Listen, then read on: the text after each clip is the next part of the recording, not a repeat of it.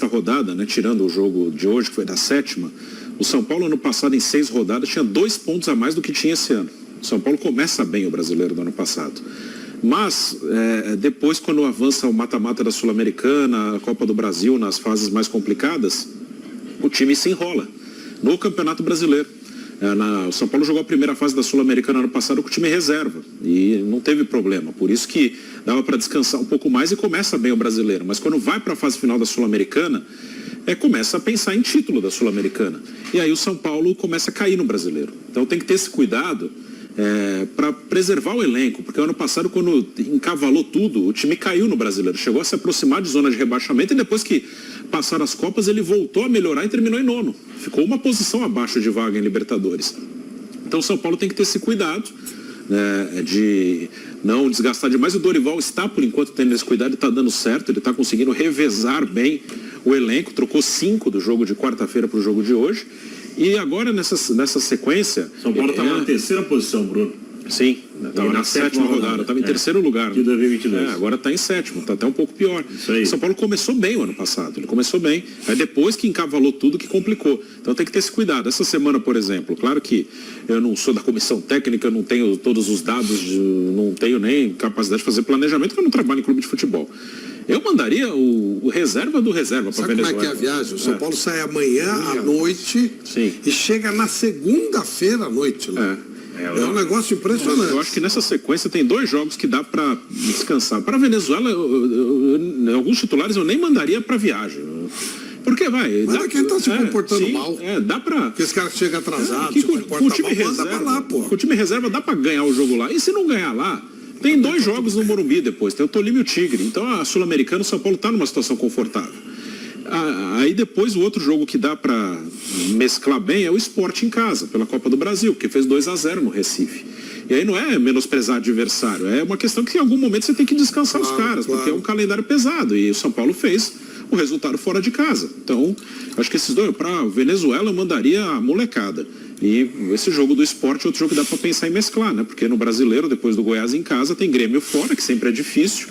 E depois tem um clássico com o Palmeiras, no meio disso tem um jogo com o Tolima aqui na Sul-Americana, que se der algo errado na Venezuela, supostamente com reservas, você tem Tolima e Tigre aqui para confirmar a classificação. E há um detalhe, o São Paulo ele tem um elenco que alguns jogadores são bem chaves. Se ele perder alguns jogadores, ele pode ter problemas. Então tem que tomar cuidado mesmo. Hoje o Luciano parece que voltou a jogar um bom futebol, fazia tempo que ele não jogava. Mas é um jogador que se controle bastante. Então, só o Caleri, né, tá vindo de contusão. É bom tomar certo cuidado com alguns jogadores. Beraldo e Arboleda, que são jogadores também fundamentais. Hoje, São Paulo tem uma defesa que é muito boa. O Beraldo é excelente. Excelente zagueiro. Rodrigo Nestor saiu com dores, deve ser preservado, isso é bom. E você vê, não vai nem viajar. Bom para ele e bom para São Paulo. O Bruno citou o confronto aí contra o Sport. O Sport também tem aí um dilema parecido, porque o Sport ele não tem competição internacional, mas ele tem 2 jogos a menos da Série B, por conta lá da Copa do Nordeste e tal. Então, provavelmente, ele vai ocupar essas datas para fazer esses jogos de atraso, ou seja, ele também não vai ter descanso. E já perdeu por 2 em casa, também duvido que venha com força máxima para tentar desafiar o São Paulo. Então, acho que o São Paulo vai num bom caminho. Acho que aqui, para quem colou na escola, acho que o Corinthians devia seguir esse exemplo da cola e colar o que o São Paulo faz, porque o São Paulo começou se arrumando lá atrás na defesa, depois no meio campo, agora vai tentando sofisticar um pouco à frente. O Corinthians tem que fazer a mesma ir para o mesmo caminho, arrumar lá atrás, depois o meio à frente. E eu acho que hoje, talvez o Dorival seja, entre os técnicos brasileiros que trabalham na Série A, talvez ele seja o melhor. Porque o parâmetro que a gente tem é assim, o que ele fez no time, se ele fez melhorar o time que ele pegou. Ele fez melhorar o Ceará. Melhor que o Diniz? Flávio, eu acho que o Diniz, ele é adepto de um estilo que é mais vistoso. Mas o Dorival, você vê, em sequência ele melhorou muito 3 times. O Ceará. Isso sem dúvida. Que ele saiu, o time caiu, o Ceará dele ganhou do Palmeiras e São Paulo. No Flamengo ele ganha 2 títulos, olha o que aconteceu com o Flamengo depois. E no São Paulo agora, ele pega um time que estava no mínimo assim, muito melancólico, o time está reagindo, né? Enfim, no campeonato jogando bem. Então, veja, ele é um cara que me passa a impressão de que usou muito bem o tempo no período em que ficou desempregado. Para estudar, para observar coisas novas e tal, porque esses 3 trabalhos dele em sequência estão muito bons. O Rafael é o cara, o goleiro, Fausto, está resolvido o problema. Depois que o Rogério saiu, estava, né? Alguns goleiros e tal, que oscilavam. Aliás, hoje o Felipe Alves rescindiu, né? Avisou que não joga mais de São Paulo.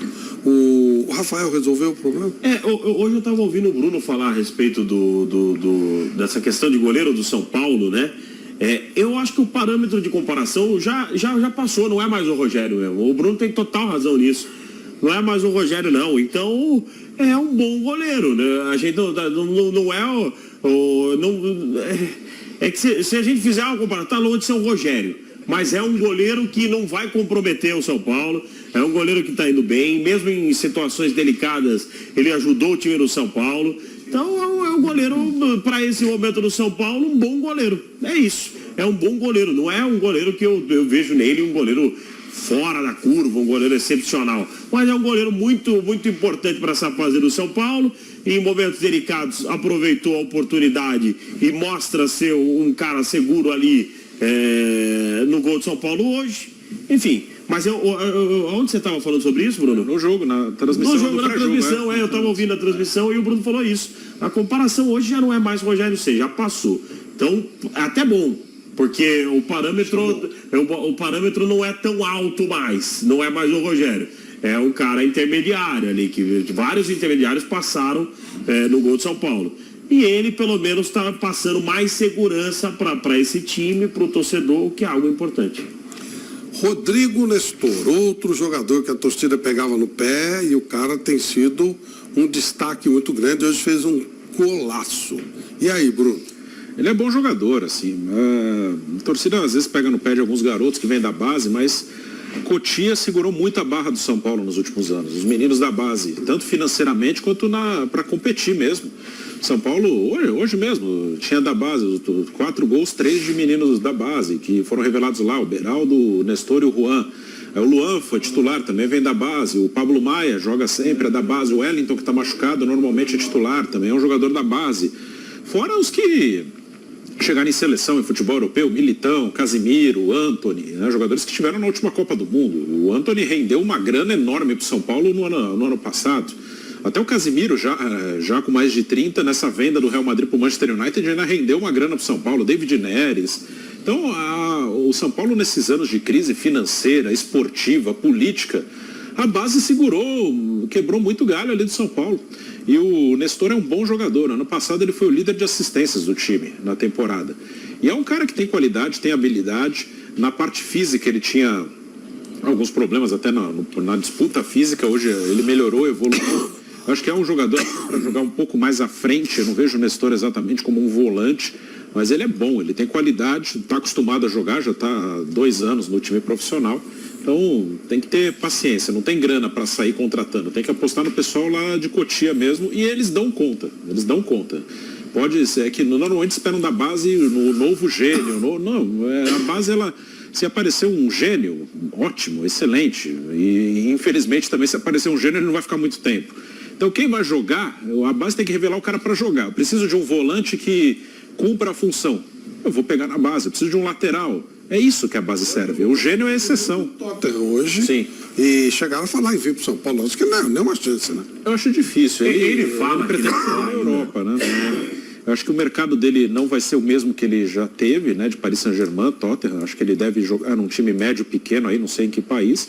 Mas acho que ainda tem mercado. É difícil. Bem-vindos ao canal oficial do São Paulo Futebol Clube, mais conhecido como São Paulo. Aqui você encontrará tudo o que precisa saber sobre o tricolor paulista, desde entrevistas, notícias exclusivas e muito mais. No último sábado, 20, o São Paulo venceu o Vasco por 4-2 no Brasileirão. Caleri, Nestor, Barros e Galarza marcaram os gols.